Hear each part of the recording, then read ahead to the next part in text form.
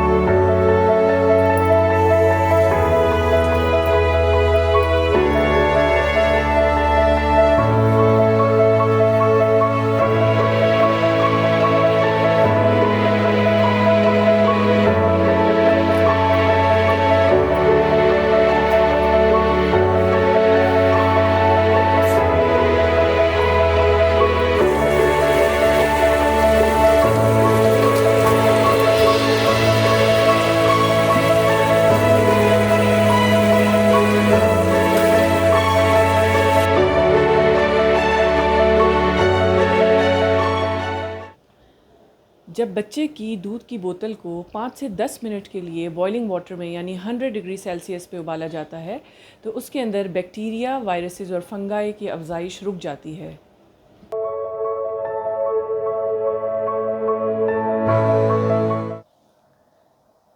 ये बहुत ज़रूरी है कि जब एक मर्तबा आप बच्चे की फ़ीडर को उबाल लें तो उसको ढक कर रखें,